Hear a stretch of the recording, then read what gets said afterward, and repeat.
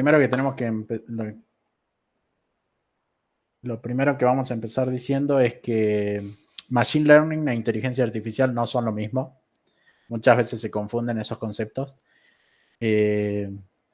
Según las definiciones, la inteligencia artificial es una subdisciplina del campo de la informática y lo que busca es la creación de máquinas que puedan imitar comportamiento inteligente. Mientras que, bueno, ese comportamiento inteligente lo podemos ver en cómo sería la conducción de autos, el análisis de patrones, el reconocimiento de voces o hasta ganar juegos. Mientras que el Machine Learning es una rama dentro del campo de la inteligencia artificial, que lo que busca es dotar a las máquinas de la capacidad de aprendizaje, es decir, que puedan generalizar el conocimiento a partir de un conjunto de experiencias. Y aquí es donde está la diferencia, digamos, entre Machine Learning y la inteligencia artificial, ya que no es lo mismo programar una máquina para que pueda moverse, entonces estamos aplicando inteligencia artificial, que programarla para que aprenda a moverse, que ahí es donde se aplica Machine Learning. Si vamos a una definición un poco más específica de lo que es Machine Learning, sería que es la ciencia que permite a las computadoras que las computadoras aprendan y actúen como lo hacen los humanos, mejorando su aprendizaje a lo largo del tiempo de una forma autónoma, alimentándose de datos e información en forma de observaciones e interacciones con el mundo real. Bueno, el Machine Learning se ha convertido en una de las tecnologías con amplia presencia ahora actualmente. Está en todos lados, desde los filtros anti-spam que están en los correos electrónicos, los automóviles que se conducen automáticamente, bueno, los reconocimientos de voz, todo lo que es los asistentes virtuales que están en los celulares, Siri, el de Google, Cortana. Y bueno, y ahora lo que vamos a hablar es de los que son los paradigmas de aprendizaje. Los paradigmas de aprendizaje son mecanismos que permiten procesar toda aquella información nueva que percibimos para convertirla en conocimiento. En Machine Learning tenemos tres paradigmas de aprendizaje. Tenemos el aprendizaje supervisado, no supervisado y por refuerzo. Ahora en la charla vamos a especificar más en los dos primeros, que sería el supervisado y no supervisado.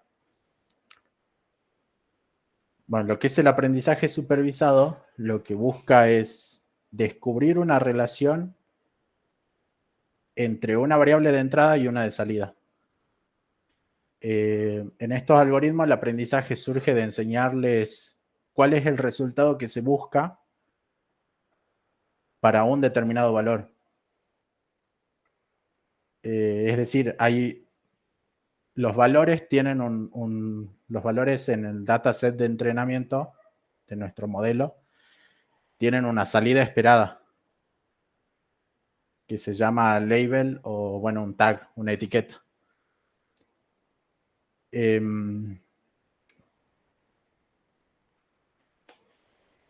Algunos de estos algoritmos los detallaremos más adelante, pero un ejemplo de aplicación de aprendizaje supervisado sería la clasificación de imágenes en perros y gatos, por ejemplo, en donde nosotros le pasamos varias fotos de perros y varias fotos de gatos diciéndoles a qué grupo pertenece cada una de esas fotos. Entonces después, una vez entrenado el modelo y después de haber sacado todos los patrones que haya identificado que relacionan cada una de esas fotos y todo eso, nosotros enviándole una foto sin una etiqueta, el modelo nos puede predecir si es un perro o un gato. Después está lo que es el aprendizaje no supervisado, que vendría a ser lo opuesto al supervisado. O sea, en este paradigma de aprendizaje, los datos no tienen etiquetas. Es decir, la salida esperada no es conocida, digamos. Y lo que hacen estos algoritmos es buscar patrones de similitud entre los datos de entrada.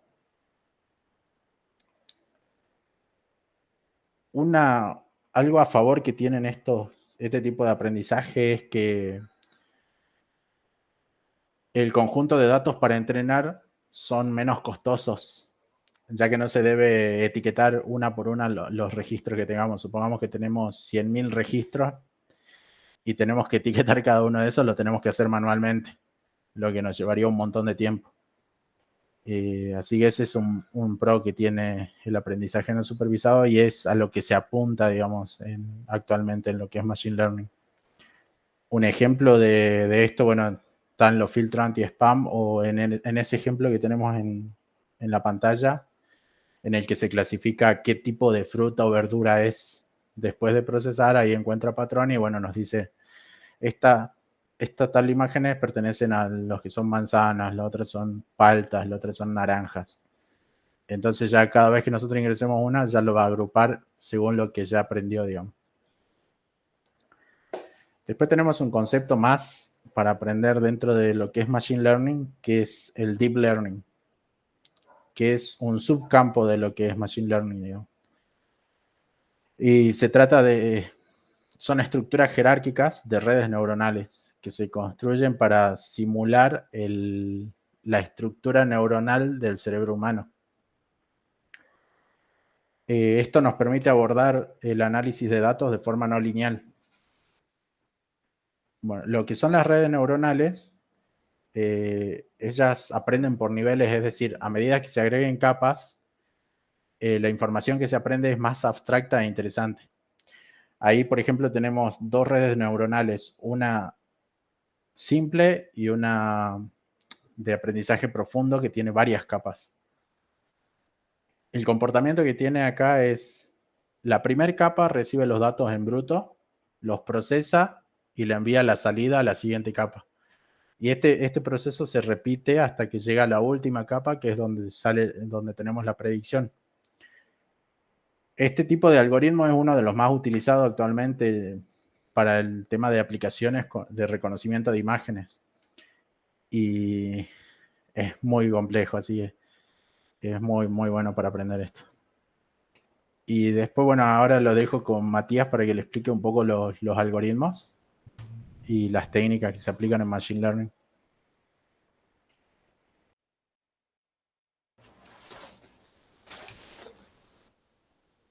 Ah, me olvidaba, cierto que ahí teníamos un paréntesis ahí. Bueno, el Deep Learning, por ejemplo, aplicamos nosotros en un proyecto ahora en el que estamos trabajando, que es para reconocimiento facial. Ahí nosotros nos encargamos de entrenar un modelo específico con diferentes imágenes de rostro para que aprenda lo que es un rostro. Entonces nos permite identificar el rostro. Después se entrena con cada una de las imágenes y se busca ahí los patrones similares entre las imágenes con las que se entrenó y con la nueva imagen que está ingresando para ver si existe o no existe esa persona en la base de datos, digamos. Si está registrado o no. Bueno, actualmente está en un prototipo y bueno, estamos trabajando en eso más que nada ahora. Y ahora sí, los dejo con Matías.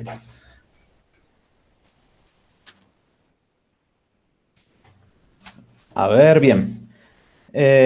Bueno, como ya mencionó Iván, acerca de las técnicas de Machine Learning, que tenemos aprendizaje supervisado y no supervisado. Dentro de lo que es el aprendizaje supervisado, que recordemos que es aquel que para todos nuestros datos de entrada tenemos un dato correspondiente de salida asociado, o sea, tenemos una salida que es conocida por nosotros. Estos datos, este par de dato y de resultado esperado se usa para el entrenamiento del modelo. Normalmente se suele separar nuestro grupo de datos conocidos que son de experiencias anteriores que ya tenemos registradas. Agarramos un cúmulo de datos y lo fraccionamos en una parte que va a ser para el entrenamiento y después otra parte para la validación y las pruebas. Entonces, dentro de lo que es este tipo de aprendizaje supervisado, tenemos dos grupos que son mediante técnicas de clasificación y de regresión. De regresión, por ejemplo, como se ve en la imagen, tenemos un conjunto de datos en la que buscamos que sea representada mediante una función matemática. Entonces, en este caso, la regresión lineal es la más simple de ver y comprender, como se ve en la figura.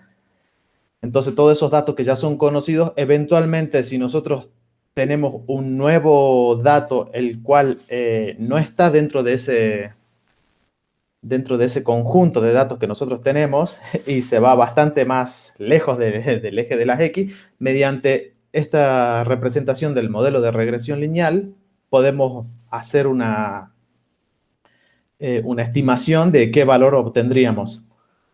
Después, en lo que es la técnica de clasificación, tenemos, ahora yo voy a dar un ejemplo de lo que son tres modelos. El primero es el modelo de KNN, que está abreviado por sus siglas en inglés de K Nearest Neighbors, que significa los K vecinos más cercanos. Al ser un algoritmo de clasificación, lo que nosotros vamos a obtener como resultado es una clase. ¿A qué clase pertenece? Por ejemplo, ahí tenemos en la figura una clase A representada con puntos amarillos y una clase B representada con puntos morados.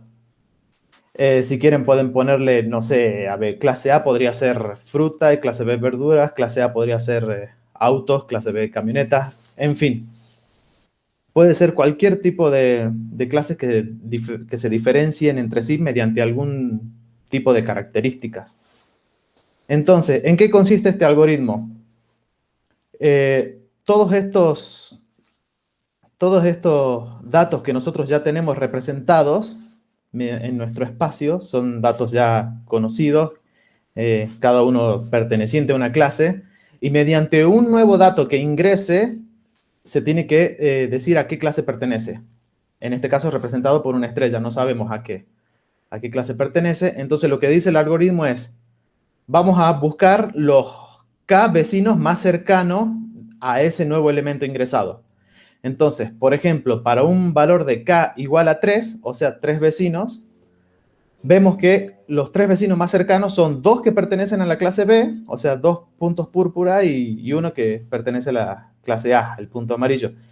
Entonces, para un valor de K igual a 3, tenemos que el nuevo dato se acomoda más o sea, se llega a la conclusión de que puede ser un elemento perteneciente también a la clase B. Pero, ¿qué pasa? Si nosotros tomamos un valor de K igual a 6, la cosa cambia. Ahora hay 4 elementos de la clase A y 2 elementos de la clase B pertenecen más a la clase A. Entonces, esto al fin y al cabo termina radicando en un problema de determinar cuál es el valor de K. ¿Cuál va a ser la cantidad de vecinos que nosotros vamos a tener en cuenta para ver si nuestro modelo de aprendizaje es bueno o no? ¿Qué tan fiable es? ¿Qué tan preciso es? Y aquí en principio, bueno, llegamos a una parte en lo que es un poco de prueba y error, ir probando distintos valores de K, y después se cuentan con librerías especializadas ahí que nos ayudan en lo que es a determinar la precisión de cada modelo.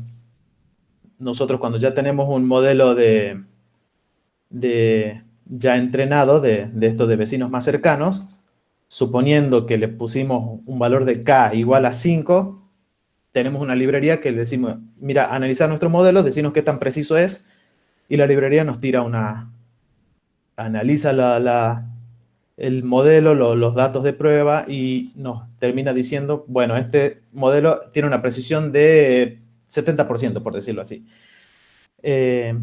Bueno, y ahí entramos en una cuestión más personal de cada uno, decir hasta qué punto de precisión queremos llegar, y ahí ir variando y buscando ese valor de K que haga nuestro modelo más preciso.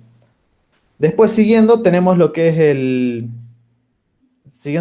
algoritmo de aprendizaje supervisado, tenemos lo que son los árboles de decisiones, o decision trees, por su nombre en inglés, más comúnmente se lo va a encontrar, en los que tenemos, por ejemplo, tiene la ventaja de que es muy simple de entender, ya que funciona muy parecido al razonamiento humano a la hora de tomar decisiones. Por ejemplo, acá en la imagen, como se ve en el ejemplo, tenemos la cuestión, la intriga de saber si vamos a jugar, si es posible o recomendable ir a jugar un partido de golf o no, teniendo en cuenta las características del clima que hay afuera en el día. Entonces, para la predicción se usa los datos del clima que hay afuera en general, si está lluvioso, si está nublado o si hay un sol, si está despejado y hay sol. La temperatura, si hace frío, calor o está templado. La humedad, si es alta o media. Y después si hay viento o no. Según la combinación de estos elementos, el resultado va a ser una predicción de si conviene o no jugar golf, por ejemplo. Bien, hay que tener, por ejemplo, cuidado, como dije anteriormente, nos basamos en datos históricos ya conocidos por nosotros. Entonces, todos esos registros son de datos conocidos de eventos que en algún momento hubo lluvia, hubo viento y no se jugó. Eso ya sienta precedentes para que el algoritmo aprenda y pueda tomar decisiones e ir armando el árbol. Entonces, se toma como raíz, por ejemplo, la raíz del árbol, que es el primer nodo, el superior, que pregunta qué clima hace. Y según si está soleado, si está nublado o si está lloviendo, se va a ir por una de las ramas. Llegado a una de las ramas, se va a hacer una nueva pregunta. Si hace viento, por ejemplo, en el caso de que si está soleado, pregunta por el viento. Si es falso, si no hay viento, directamente sí, conviene jugar golf. Y si sí hace viento, no conviene jugar golf. Y bueno, así va a ir describiendo un camino alrededor del árbol para llegar a tener una respuesta concreta que nos ayude a tomar una decisión. Lo que es este árbol de decisión, justamente, como su nombre lo indica, el resultado es una respuesta sobre qué decisión nos aconseja tomar a nosotros respecto a una determinada situación, con unos determinados componentes o eventos que se estén presentando. Después, avanzando, tenemos lo que es una versión más general, por decirlo de una forma, que es el bosque aleatorio, o random forest, dicho en inglés, que está muy vinculado con el árbol de aprendizaje visto anteriormente. ¿Qué pasa? En el árbol de aprendizaje, nosotros tomamos una característica de nuestros datos y la ponemos como raíz, y a partir de ahí vamos armando las distintas ramas según los valores que pueda tomar esa característica. Pero hay un problema en que nosotros podemos tomar distintas características como raíz. En el árbol anterior tomamos la característica del clima, pero podríamos haber empezado preguntando si hay viento o no y tomar esa como raíz. Entonces, el árbol va a ser distinto. Podemos tener distintos árboles que nos pueden llegar a dar distintos resultados. Entonces, como existe ese inconveniente en el árbol, salió este nuevo algoritmo de aprendizaje que es el Random Forest, que usa muchísimos árboles, crea muchos árboles de decisiones, todos distintos entre sí, y para un nuevo dato se lo hace correr por todos los árboles de decisión. Entonces, supongamos que hoy por ejemplo, que está nublado, no está lloviendo, supongamos que sí hay viento y hay mucha humedad. Para esas características del clima, supongamos que tenemos 10 árboles, un número chico para verlo más fácil. De esos 10 árboles, 7 dijeron que sí, es conveniente, se puede jugar golf. Bueno, entonces sí, tomamos la decisión que sí, se puede jugar golf, y bueno, 3 árboles dijeron que no. Entonces, ahí ya entramos en lo que es la parte de estadística, tomando la proporción que mayor resultado dio. Eso lo hace más fiable. De hecho, este algoritmo presenta una fiabilidad bastante más elevada respecto a manejar un único árbol de decisión. Y bien, eso sería con respecto a los árboles de a los métodos de clasificación de los aprendizajes supervisados. Después, lo que es el aprendizaje no supervisado, aquí no tenemos lo que es una salida conocida. Nosotros simplemente tenemos datos que llegan y están representados en nuestro espacio, en nuestro almacén de datos, pero no tenemos una salida a la cual asociarla, una salida conocida. Entonces, en este caso tenemos un algoritmo que se llama el K-means, o traducido al español sería K-medias, medias haciendo referencia al método estadístico de la media aritmética o promedio, en el que este algoritmo simplemente trata de detectar grupos entre los conjuntos de datos que tengamos, como por ejemplo en la imagen de la izquierda, acá tenemos dos imágenes. En el de la izquierda vemos que arriba tenemos un grupo de datos dispuestos entre sí y nosotros queremos detectar qué grupos, cuántos grupos podemos armar claro, formar, cuántos grupos podemos formar y en base a eso ver qué características comparten ese grupo. Ahora, la K del K-means, análogamente con el KNN de los vecinos, hace referencia a la cantidad que nosotros queremos encontrar, cuántos grupos queremos encontrar. Entonces, para un K igual a 2, por ejemplo, queremos tomar dos grupos, en la imagen de abajo a la izquierda sería cómo se agruparía el resultado para estos datos mediante estos dos grupos. Y si K es igual a 5, nosotros queremos formar 5 grupos, el resultado quedaría más o menos como el gráfico de la derecha, de abajo de la derecha. Eso no significa que uno sea mejor que el otro o que uno esté equivocado, los dos sean correctos. Entramos de vuelta en lo que se necesita y acá estos datos lo va a analizar el analista, el científico de datos, que ya es toda una carrera ahora, y que va a saber interpretar cuáles son las características, por qué los grupos son así y qué medidas o decisiones se pueden tomar al respecto. Después, por ejemplo, en cómo funciona este algoritmo, lo muestra la siguiente imagen.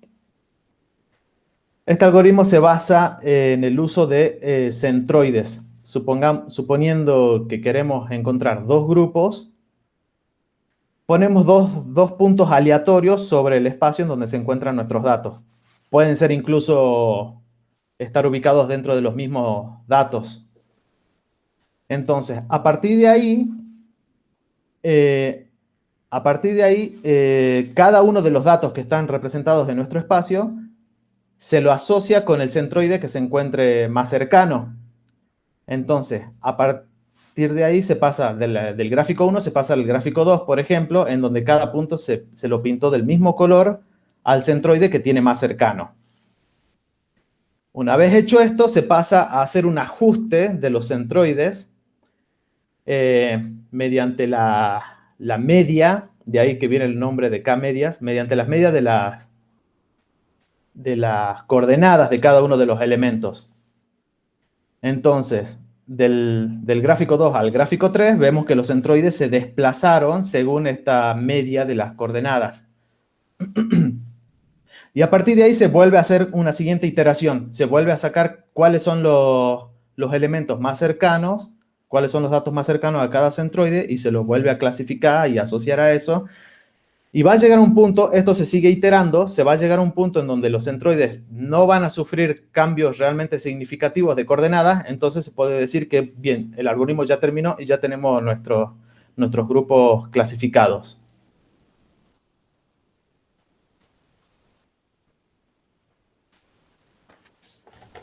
Bien, ahora tenemos lo que son las tecnologías usadas en Machine Learning. Acá, Iván, le dejo la palabra. Sí. Bueno, acá en los lenguajes, por ejemplo, que utilizamos para Machine Learning, los más populares en las aplicaciones de Machine Learning son Python y R. Bueno, esto debido a su capacidad de procesamiento de grandes cantidades de datos Y bueno, y además por tener varias librerías para aplicar los distintos algoritmos que mencionó anteriormente Matías. Una de estas librerías es scikit-learn. Que es una biblioteca de aprendizaje automático y es de software libre, está para Python. Bueno, y esta incluye varios algoritmos de clasificación, regresión y bueno, los bosques aleatorios que comentaba también. Y está diseñada para interoperar con otras librerías que son ya de cálculos numéricos y de fórmulas científicas como son NumPy y SciPy. Después tenemos un par más ahí que les comento un poco, Matías. Estás muteado, Matías. Ahí está, perdón, no me di cuenta. Nada, también tenemos TensorFlow y Keras, también son otras librerías bastante usadas. TensorFlow es una biblioteca de código abierto. Está desarrollada por Google y facilita también lo que son la construcción y entrenamiento de redes neuronales. Después también tenemos a Keras, que es una biblioteca también de redes neuronales de código abierto. Se puede ejecutar sobre TensorFlow, así que es bastante útil y lo bueno tiene la ventaja de que está pensada para ser muy fácil de usar para el usuario, o sea, es muy amigable para aprender y facilitar la tarea al usuario. Y bueno, después tenemos los lenguajes más utilizados. Sí, que ahí comenté ya que eran Python y R. Ahí creo que preguntaron por Pentaho. Creo que Pentaho no es un lenguaje, o sea, acá nos referimos a lenguajes de programación en específico. Creo que Pentaho ya sería una suite parecido a Power BI, si no me equivoco. Después, bueno.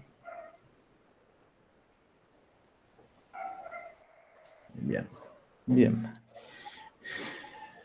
Después tenemos ahí para hablar, bueno, acá hablamos de los distintos campos en los que se pueden aplicar Machine Learning. Tiene un amplio campo de aplicación, digamos, puede ir desde finanzas, bueno, en la parte bancaria, en la de industria, e-commerce, en salud. Es un ejemplo de lo que es banca. Bueno, se utiliza todo lo que es Machine Learning para la detección de fraudes. Es decir, se analiza los movimientos de caja que hay en una cuenta. Por ejemplo, si detectan que hay muchas transferencias de montos pequeños en un mismo día, es posible que ahí estén ante un posible fraude. Entonces, para eso usan el Machine Learning, para analizar ese tipo de situaciones y encontrar los patrones en los que podría haber un fraude, digamos. Después, en la parte de salud, tenemos en la parte de diagnóstico por imágenes, en el que se puede diagnosticar si el tumor que tiene una persona es benigno o maligno. Bueno, en este último tiempo de pandemia hubo un par de investigaciones para posibilitar el autodiagnóstico de COVID a través del celular con el micrófono. Es decir, uno tosía y el teléfono automáticamente le decía si podía ser COVID o no, o era una persona sana. Obviamente sin reemplazar al diagnóstico que da un médico o da lo que sería el PCR y esas cosas. Después también tenemos como ejemplo en la parte del turismo también es muy usado, como así también en la parte de comercio, de e-commerce, que venden distintos productos, como por ejemplo en Mercado Libre, que se usa mucho lo que es la recomendación de productos. Eso se hace mediante el aprendizaje, el que es el reforzado, que es el otro, que es aparte del supervisado y no supervisado, en el que cada interacción va fortaleciendo lo que es la base del conocimiento, refuerza el aprendizaje y, por ejemplo, y mediante eso te va haciendo, por ejemplo, recomendaciones. En el e-commerce, por ejemplo, bueno, a ver, muchas personas que compraron una guitarra, por ejemplo, también compraron un micrófono, por ejemplo, y le hacen sugerencias, lo mismo que para el turismo. mediante preguntas al usuario de qué tal le pareció el lugar, si lo recomienda, si no, esas interacciones van reforzando lo que es el aprendizaje para poder ser más eficiente a la hora de recomendar a otros turistas.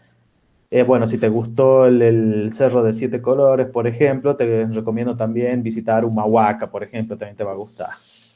Porque también hay pasajes norteños. Bueno, en fin, hay muchas formas en las que puede adquirir el conocimiento, se puede extraer de los usuarios para este tipo de propósitos.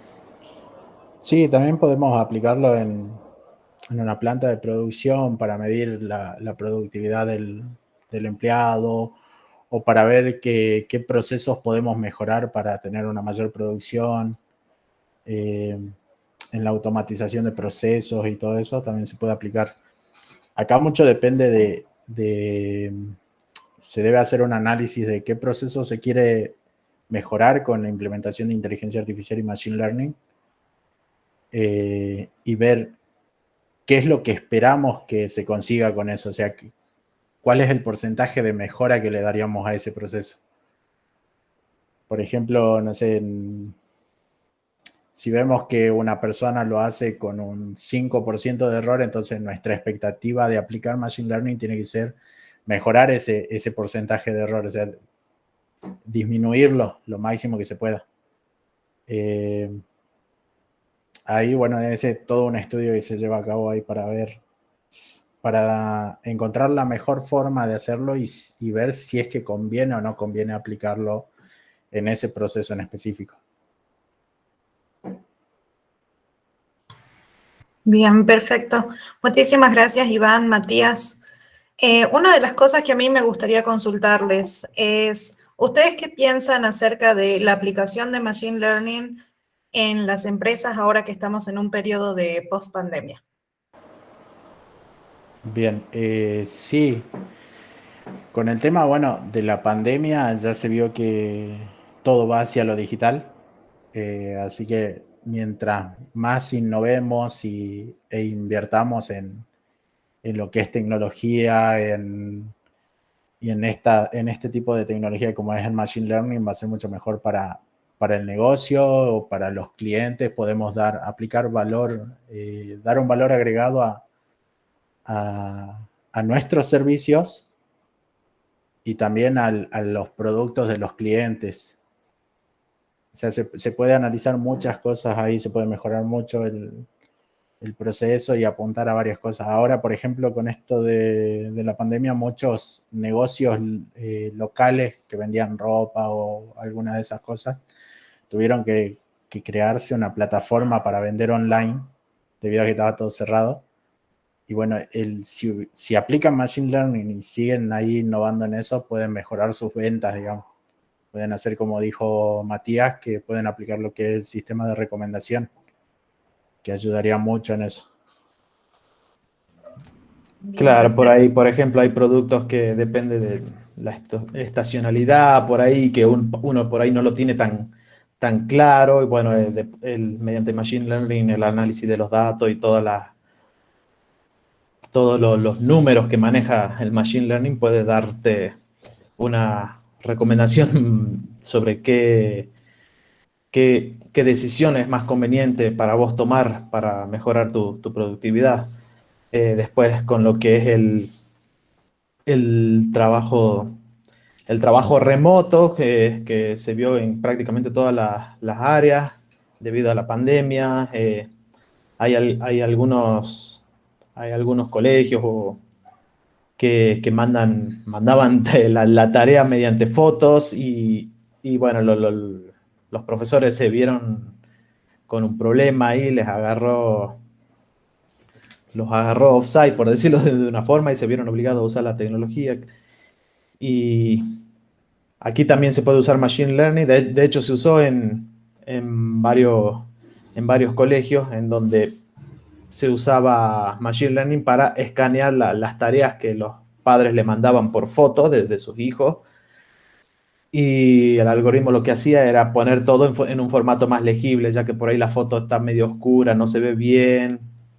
está medio chueca y bueno, para el profesor es bastante molesto, tedioso y de hecho hace que sea que sea menos eficiente en su trabajo de lo que es corregir. Y bueno, mediante el Machine Learning se puede pasar todo eso a a un documento mucho más fiable, fácil de leer, un documento digital escrito y bueno, la verdad que sí, es bastante bueno el campo de aplicación, bastante amplio y la pandemia nos ayudó a ver y darnos cuenta de que es lo que se viene y conviene siempre estar informado y saber dónde aplicar y de qué forma para mejorar. Bien, muchísimas gracias. Ahora, para hacer un pequeño repaso de lo que estuvimos viendo un poco, es los beneficios de aplicar Machine Learning en empresas. Uno de los ítems que tenemos que tener en cuenta es que nos puede ayudar en lo que es el servicio al cliente. Machine Learning permite analizar las preferencias de los clientes para ofrecer productos personalizados de forma automática, como nos contaba Matías, que de este modo la percepción que tiene de la empresa la mejora y se potencia la fidelización. Muchas veces las empresas cuando empiezan a trabajar la parte de marketing también aplican Machine Learning, en específico lo que es Deep Learning y marketing para poder prospectar y llegar a aquellos clientes que básicamente es una compra segura. Entonces va detectando según los gustos de cada persona y los va agrupando en estos subgrupos y va mostrando nuestra publicidad a esas personas. Esa es una de las maneras que también se puede ir trabajando para fidelizar el tema de los clientes. También la aplicación de lo que es Machine Learning nos ayuda para la disminución de errores, porque al ser el aprendizaje automático de los sistemas de gestión aplicados, esto hace que los errores cometidos no se repitan. Porque así como nos estaban comentando los chicos, es de que nosotros vamos agarrando estos datos que están en la historia, ¿bien? Nosotros tenemos este historial, entonces basados en esos datos también podemos disminuir los errores.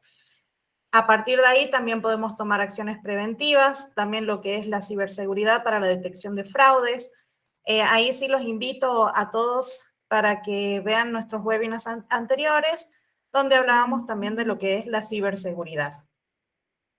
Una cosa que también cabe destacar es que según el MIT, el 50% de las organizaciones y empresas de Estados Unidos utilizan esta tecnología para facilitar el análisis de datos y mantenerse competitivos. Entonces, esto es una manera de también avisar a otras empresas de que está bueno empezar a abrir áreas de I+I para empezar a trabajar con estas tecnologías y aumentar también la productividad y también ofrecer servicios innovadores. Eso es algo que debemos entender y tenerlo en cuenta a la hora de empezar a aplicar y decir, mi empresa necesita adaptarse y empezar a trabajar, porque ahora nos encontramos en lo que es la pospandemia.